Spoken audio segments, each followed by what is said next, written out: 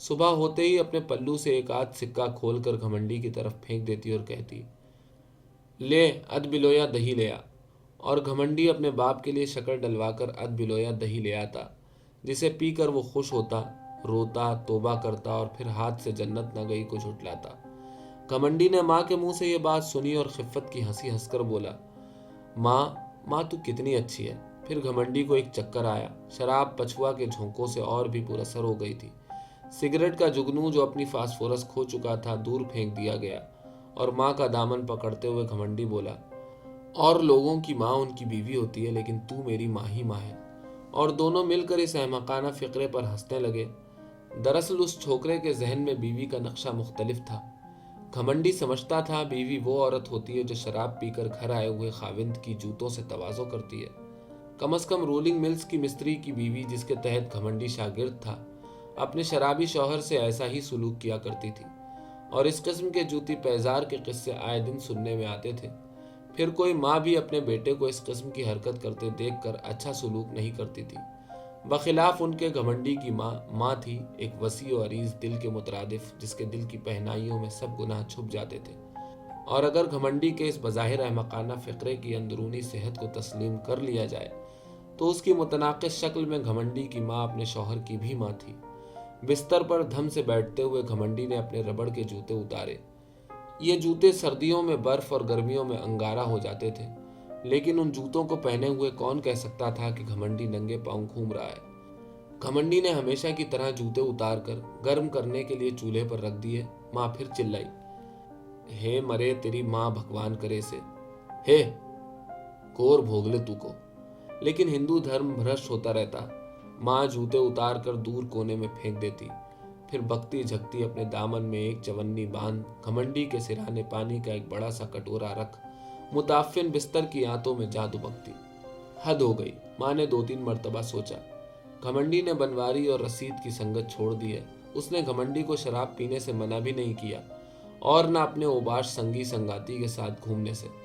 ماں نے سوچا شاید یہ نرمی کے برتاؤ کا اثر ہے، لیکن وہ ڈر گئی اور جلد جلد ہلاس کی چٹکیاں اپنے نتنوں میں رکھنے لگی۔ اپنے آپ کو مارنے کا اس کے پاس ایک ہی ذریعہ تھا، ہلاس سے اپنے پھیپڑوں کو چھلنی کر دینا، لیکن اب ہلاس کا کوئی بھی اثر نہیں ہوتا تھا۔ اسی نرمی سے ماں نے اپنے شوہر کا منہ بھی بند کر دیا تھا، اس کی شخصیت کو کچل دیا تھا، اور وہ بیچارہ کبھی اپنی عورت کی طرف آنکھ بھی نہیں اٹھا سکتا تھا۔ اسی طرح گھمنڈی بھی اپنی ماں کے ساتھ ہم کلام ہونے سے گھبراتا تھا۔ ماں نے اس بات کو محسوس کیا اور پھر وہی تیری ماں مرے بھگوان کرے سے، لیکن اس بات کا اسے کوئی حل نہ سوچ سکا۔ آج پھر 6 بجے شام گھمنڈی کارخانے سے لوٹ آیا۔ حالانکہ وہ نتھوا چوکیدار کی آواز کے ساتھ محلے میں داخل ہوتا تھا، اس سے پہلے وہ کوئی پرانی تصویر دیکھنے چلا جاتا، وادیہ کی مس نادیہ کے گیت گاتا اور 1-2 سال سے اس کے پراسرار طریقے سے غائب ہو جانے کے متعلق سوچتا۔ آج پھر اتنی جلدی لوٹ آنے سے ماں کے دل میں وسوسے پیدا ہوئے۔ اس نے بیکار ایک کام پیدا کرتے ہوئے کہا، لے تو بیٹا زیرہ لے آ تھوڑا۔ زیرہ؟ گھمنڈی نے پوچھا۔ دہی کے لیے ماں، عورتوں کا تمہارے سر پہ ڈالوں گی، ماں نے لاٹ سے کہا، اور ضرورت سے وافر پیسے دیتی ہوئی بولی، لو یہ پیسے، تھیٹر دیکھنا۔ میں سنیما نہیں جاؤں گا ماں، گھمنڈی نے سر ہلاتے ہوئے کہا، یہی سیر تماشا تو ہم لوگوں کو خراب کرتا ہے۔ ماں حیران ہو کر اپنے بیٹے کا منہ تکنے لگی۔ ابھی خیر سے ہاتھ پاؤں بھی نہیں کھلے، اتنی دانش کی باتیں کرنے سے نظر لگ جائے گی رے۔ اور دراصل وہ اپنے بیٹے کو ایک شرابی دیکھنا چاہتی تھی، نہیں شرابی نہیں، شرابی سے کچھ کم، جس سے تباہ حال نہ ہو جائے کوئی۔ لیکن یہ بھل منصیت بھی ماں کو راس نہ آتی تھی۔ اس نے کئی عقل مند بچے دیکھے تھے جو اپنی عمر کے لحاظ سے زیادہ عقل مندی کی باتیں کرتے تھے، اور انہیں ایشور نے اپنے پاس بلا لیا تھا۔ گھمنڈی زیرہ لانے کے لیے اٹھ کھڑا ہوا، پیسے لے کر دروازے تک پہنچا۔ مشکوک نگاہوں سے اس نے دروازے کے باہر جھانکا، ایک قدم باہر رکھا، پھر پیچھے کی جانب کھینچ لیا اور بولا، باہر چچی کھڑی ہے اور منشی بھی ہے۔ تو پھر کہا، ماں نے تیوریوں کا ترشول بناتے ہوئے کہا۔ پھر کچھ ہے، گھمنڈی بولا، میں ان کے سامنے باہر نہیں جاؤں گا۔ ماں نے سمجھاتے ہوئے کہا، تو نے منشی کا کنٹھا اتار لیا ہے جو باہر نہیں جاتا۔ لیکن گھمنڈی باہر نہیں گیا۔ ماں منہ میں دوپٹہ ڈال کر کھڑی ہو گئی۔ ماں منہ میں دوپٹہ اس وقت ڈالا کرتی تھی جبکہ وہ نہایت پریشان یا حیران ہوتی تھی، اور اپنے کلیجے میں مکہ اس وقت مارا کرتی تھی جبکہ بہت غمگین ہوتی۔ اس سے پہلے تو گھمنڈی کسی سے شرمایا نہیں تھا۔ وہ تو محلے کی لونڈیوں میں ڈنڈ پیلا کرتا تھا، عورتوں کے کولوں پر سے بچے چھین لیتا اور انہیں کھلاتا پھرتا، اور اسی اثنا میں عورتیں گھر کا دھندا کر لیتی اور گھمنڈی کو دعائیں دیتی، اور آج وہ منشی اور چچی سے بھی چھیپنے لگا تھا۔ گھمنڈی نے واپس آتے ہوئے اپنے باپ کے زمانے کا خریدا ہوا ایک پھٹا پرانا موم جامہ نیچے بچھایا اور ایک ٹوٹا ہوا شیشہ اور رال سامنے رکھ کر ٹانگیں پھیلا دی۔ ٹانگوں پر چند سخت سے پھوڑوں پر اس نے رال لگائی اور پھر شیشے کی مدد سے منہ پر رسنے والے پھوڑے سے پانی پوچھنے لگا اور پھر اس پر بھی مرہم لگا دی۔ ماں نے اپنی دھندلی آنکھوں سے منہ والے پھوڑے کا جائزہ لیتے ہوئے کہا، ہائے کتنا خون خراب ہو گیا ہے تمہارا، اور پھر کرنجوا اور نیم کے نسخے گنانے لگی۔ اس وقت تک بہت رات ہو گئی تھی۔ رال لگانے کے بعد گھمنڈی موم جامے پر ہی دراز ہو گیا اور لیٹتے ہی اس نے آنکھیں بند کر لی۔ آج ماں کو بھی جلدی سو جانے کا موقع تھا، لیکن وہ اونچے مونڈھے پر جوں کی توں بیٹھی رہی۔ وہ جانتی تھی کہ بستر میں جا دبکنے پر وہ نسبتاً بہتر رہے گی، لیکن ایک خوشگوار تساہل نے اسے مونڈھے کے ساتھ جکڑے رکھا اور وہیں سکڑتی گئی۔ اس کا بڑھاپا اس میٹھی نیند کے مانند تھا جس میں پڑے ہوئے آدمی کو سردی لگتی ہو اور وہ اپنی ٹانگیں سمیٹ کر کلیجے سے لگاتا چلا جائے، لیکن پاؤں میں پڑے ہوئے لحاف کو اٹھانے کے لیے ہل نہ سکے۔ ایک ماں چونکی، اسے اپنے بیٹے کی خاموشی کا پتہ چل گیا تھا۔ اس نیم خوابی میں بڑے بڑے راز کھل جاتے ہیں۔ ماں نے کلیجے میں مارنے کے لیے مکہ ہوا میں اٹھایا، لیکن وہ وہیں کا وہیں رک گیا اور وہ پھر ایک حسین غشی میں کھو گئی۔ لیکن اسے گھمنڈی اور اس کے ساتھ اس کا باپ یاد آتا رہا، اور اس کی خشک آنکھوں میں داستانیں چھلکنے لگیں۔ ہوا کے ایک جھونکے سے دروازے کے پٹ کھل گئے اور ایک سرد بگولے کے ساتھ باہر سے گوندنی اور بل کے پتے گلی میں بکھرے ہوئے کاغذوں کے ساتھ اڑ کر اندر چلے آئے۔ ایک سوکھا ہوا بل کہیں سے لڑکتا ہوا دہلیز میں اٹک گیا۔ گھمنڈی نے اٹھ کر دروازہ بند کرنا چاہا، لیکن بل کو نکالے بغیر کامیابی نہ ہوئی۔ کوندنی کے شور اور جھینگروں کی آواز نے ماں کے خون کو اور منجمد کر دیا۔ شمع دان میں دیے کا شعلہ اور متوازی ہو رہا تھا۔ گھمنڈی نے کہا، بستر پر لیٹے گی ماں؟ لیکن ماں نے نفی میں سر ہلا دیا۔ گھمنڈی نے سر ہلا کر ماں کو اپنے بازوؤں میں اٹھا لیا اور جوں کا توں کھاٹ پر رکھ کر اوپر لحاف دے دیا۔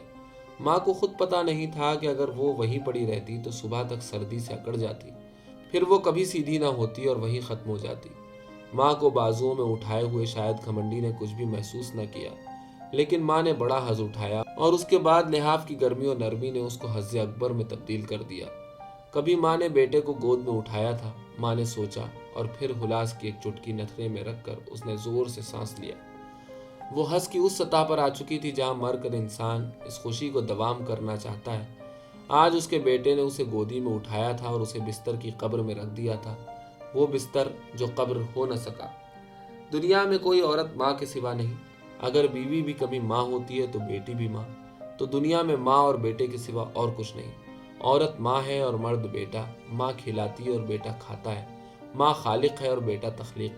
اس وقت وہاں ماں تھی اور بیٹا، ماں بیٹا اور دنیا میں کچھ نہ تھا۔ ماں بدستور خواب اور بے خوابی کے درمیان معلق تھی۔ وہ کچھ سوچ رہی تھی، لیکن اس کے تخیل کی شکلیں بے قاعدہ ہو کر خواب کے ایک اندھیرے جوہر میں ڈوب رہی تھی۔ اس کے گاؤں کے چند مکان اس کی گلی میں آئے تھے، لیکن کسی پراسرار طریقے سے ان مکانوں کے پیچھے بھی وہی دھوبیوں کا محلہ آباد تھا۔ وہاں بھی وہی بل اور گوندنی کے درخت سائیں سائیں کر رہے تھے۔ اماوس کی رات کاجل ہو رہی تھی اور بیٹے کا چاند ان ظلمتوں کو پاش پاش کر رہا تھا۔ اس کا شوہر، جسے وہ غلطی سے مرا ہوا تصور کرتی تھی، زندہ تھا اور اس سے صبح کے وقت ادبلوئے کی کٹوری مانگ رہا تھا۔ اسے پیاس لگی تھی۔ ایک نہ پی ہوئی شراب کے نشے سے اسے بری طرح آذا شکنی ہو رہی تھی، لیکن اس کا خاوند تو مر چکا تھا۔ مرے ہوئے آدمی کو کوئی چیز دینا گھر میں کسی اور متنفس کو خدا کے گھر بھیج دینے کے مترادف ہے، لیکن وہ انکار نہ کر سکی۔ وہ بیوی تھی اور ماں۔ اس نے اپنے شوہر کے منہ کے ساتھ لگا ہوا کٹورا چھین لیا، لیکن کیوں؟ اس کا شوہر مرا تھوڑے ہی تھا۔ وہ سامنے کھڑا تھا، وہی کٹا ہوا سا ہونٹ جس میں سونے کے کیل والا دانت دکھائی دے رہا تھا۔ بڑی بڑی مونچھیں بھی اس دانت کو ڈھانپنے سے قاصر تھیں۔ دروازے پر دستک سنائی دی اور ماں کو محسوس ہوا جیسے کسی نے اسے جھنجھوڑ دیا ہو۔ اس وقت اس کی آنکھوں سے ایک غلاف سا اترا، لیکن اس پر ایک اور غلاف تھا جو اس کے سارے بدن کا احاطہ کیے ہوئے تھا۔ وہ پڑی رہی۔ اس کے پاؤں جو کچھ دیر پہلے سرد اور لکڑی کی طرح سخت تھے، کچھ گرم ہو گئے تھے۔ شاید گھمنڈی نے ہمیشہ کی طرح رگڑ رگڑ کر اس کے پاؤں گرم کیے تھے۔ ماں اپنے تخیل میں ہنسی۔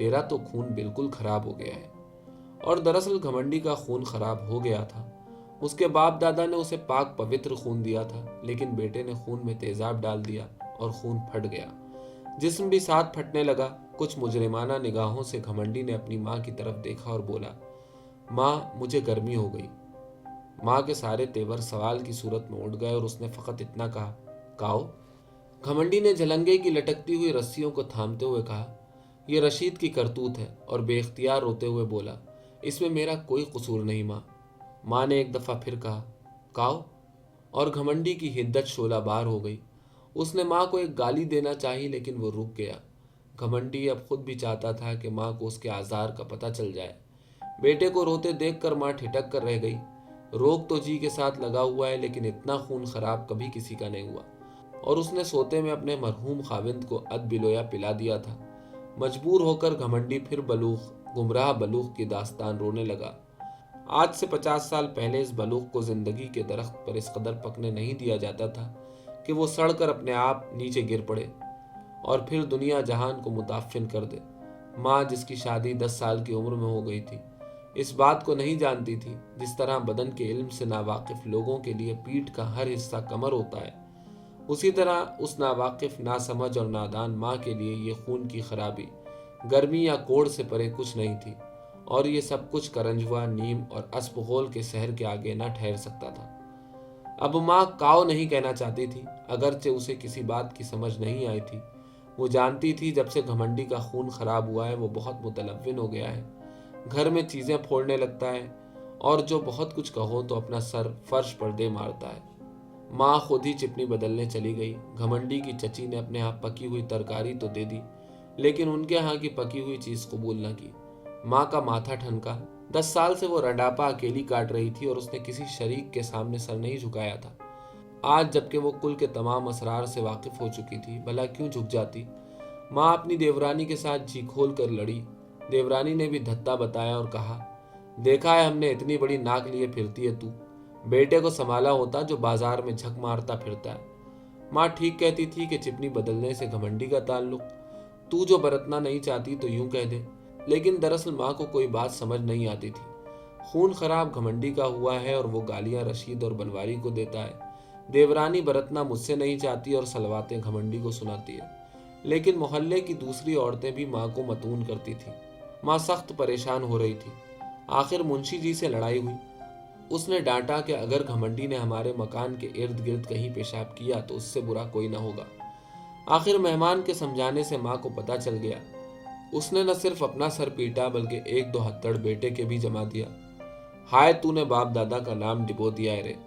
پڑوسن کے ساتھ پھر لڑائی ہوئی اور ماں نے کھری کھری سنا دی، حرام خور، تجھے وہ دن یاد ہے جب تیری باہن حرام کروا کے نکلی تھی بابا کے گھر؟ نہ اندھا دیکھا تھا نہ کانا کرنے کی تھی، اور وہاں جا کر گھڑا پھوڑ دیا تھا جانے کس کس کا غریب سر کے سر پہ۔ اور گھر آ کر ماں گھمنڈی کو کوسنے دیتی۔ گھمنڈی جب سب حکیموں سے مایوس ہوتا تو ماں کی حکمت میں آرام پاتا تھا، لیکن ماں اسے گالیاں دیتی تھی، گور بھوگ لے تو کو۔ اب دنیا گھمنڈی کی آنکھوں میں آبلہ تھی، ایک بڑا آبلہ جو اتر سے دکھن اور پورب سے پچھم تک پھیلا ہوا تھا اور جس میں پیپ کے دریا رس رہے تھے۔ رات ہو گئی، ماں جھلنگے میں پڑی ابھی تک ٹھنک رہی تھی۔ یہ بیماری کہاں سے مول لی رے میرے دشمن؟ سارا جسم پھوڑے پھوڑے ہو چکا ہے۔ یہ بیماری آگ ہے، نیری آگ، یہ امیروں کی دولت ہے۔ میں غریب عورت اس آگ کو کیسے بجھاؤں؟ میں ویدوں کو کیا بتاؤں؟ میں تمہاری ماں ہوں رے گھمنڈی۔ شریک مجھے تانا دیتے ہیں، پڑوسی مجھے کھڑا کر لیتے ہیں اور عجیب بے ڈھنگے سوال کرتے ہیں رے۔ گھمنڈی قریب پڑا، ہر قسم کی شرم و حیا سے بے نیاز، ایک تک چھت کی طرف دیکھ رہا تھا۔ چھت میں لگے ہوئے نرکل اس کی آنکھوں میں اتر آئے تھے اور جھینگر اس کے دماغ میں بولنے لگے تھے۔ اب تک ہوا کے جھونکوں میں تلخی کی نمایاں رمق پیدا ہو کر اس کے جسم کے ایندھن میں اور شعلے پیدا کر رہی تھی۔ کواڑ بھی کھلے ہوئے تھے، گوندنی سموم کے جھونکوں میں کرا رہی تھی اور آسمان پر بدنما داغوں والا آتشک زدہ چاند اپنی یرقانی نظروں سے زمین کی طرف دیکھ رہا تھا۔ اس کے بعد گھمنڈی کی آنکھوں میں پیٹ کی تخمیر نے ایک غیر مرئی دھند سی پھیلا دی۔ اس کی پلکیں بوجھل ہونا شروع ہوئیں۔ نرگل چھت پر چلے گئے، جھینگروں نے زبان بند کر لی، پھوڑے رسنے بند ہو گئے۔ سب دنیا سو رہی تھی لیکن ماں جاگ رہی تھی۔ اس نے 20 کے قریب ہلاس کی چٹکیاں نتنوں میں رکھ لیں اور اٹھ کھڑی ہوئی۔ دائیں ہاتھ سے اس نے دیا اٹھایا اور کھسٹتی ہوئی اپنے بیٹے کے پاس پہنچی۔ آہستہ آہستہ اس کے بالوں میں ہاتھ پھیرنے لگی۔ گھمنڈی سویا ہوا تھا، لیکن ماں کی شفقت اس کے روئے روئے میں تسکین پیدا کر رہی تھی۔ ماں نے بیٹے کی طرف دیکھا، مسکرائی اور بولی، میں صدقے میں واری، دنیا جلتی ہے تو جلا کرے، میرا لال جوان ہو گیا ہے نا، اسی لیے ہائے مرے تیری ماں بھگوان کرے سے۔